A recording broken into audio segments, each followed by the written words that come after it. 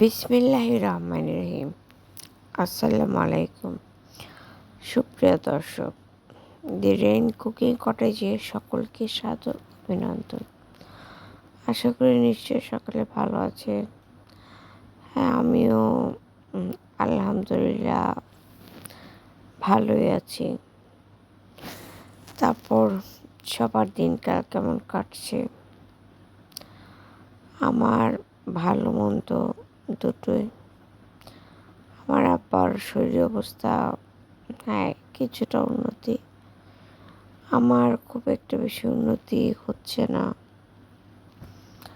তবে যাই হোক, সময় তো আর বসে থাকবে না, আর কাজ এবং দায়িত্ব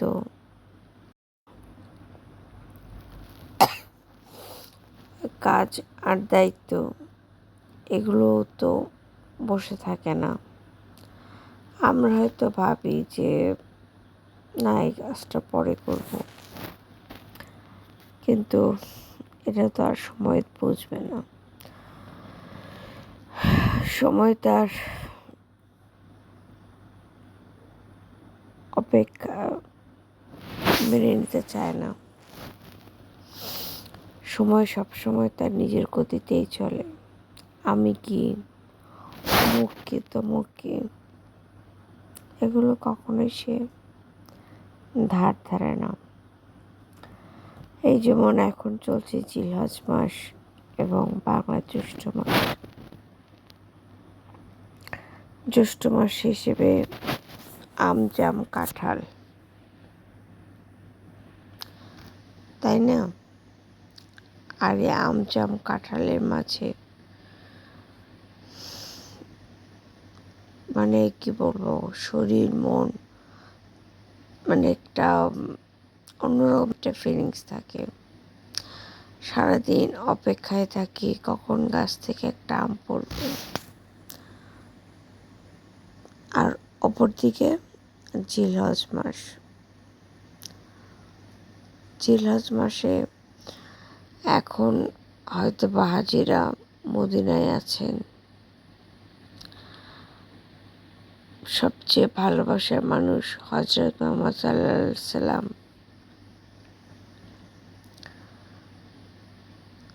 তার রওজার পাশে আছেন। তাদের কি সুখ, তাই না? আর আমরা দেশে পড়ে আছি, জানি না কোনোদিনও যেতে পারবো কিনা আল্লাহর ঘরে মেহমান হয়ে।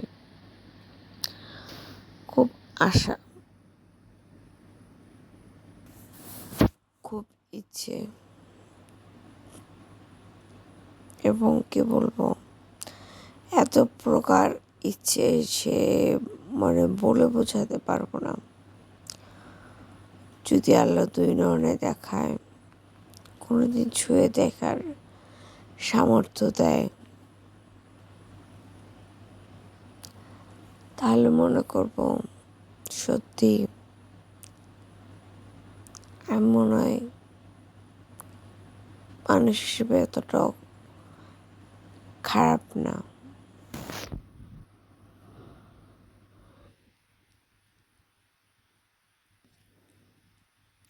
প্রত্যেকটা মানুষের নিজের কিছু ইচ্ছা থাকে, নিজের কিছু স্বপ্ন থাকে, নিজের না বলা কিছু কথা থাকে,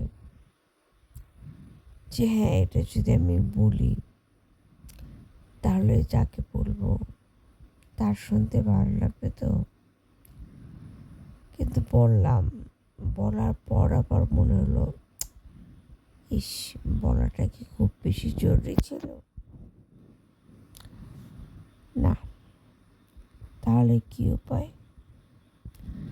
জায়নামাজটা বিছিয়ে, কোরআন শরীফটা খুলে, হাতে কোনো কাউন্টার নিয়ে এই তো বসে পড়ব। যাকে সব কিছু খুলে বললে মনে কোনো দ্বিধা থাকে না, শুধু ভালো লাগা আর ভালো লাগা। তার কাছে দুহাত তুলে বলবো, হে আল্লাহ, আমার দোয়া কবুল করো, আমার দোয়া কবুল করো, আমার দোয়া কবুল করো, আর সব কিছুর আগে ক্ষমা করো। আল্লাহর কাছে নত যেন হয়ে চাইতে সত্যি কখনো কারো লজ্জা হয় বলে আমি দেখিনি। তো আপনারা কারা কারা আমার সাথে একমত অবশ্যই কমেন্ট করে বলবেন। আর সকালে ভালো থাকেন, খুব ভালো। আজ এ পর্যন্তই, দেখা হবে, কথা হবে নতুন কোনো কিছু নিয়ে। সে পর্যন্ত সবাই ভালো থাকেন। আল্লাহ হাফিজ।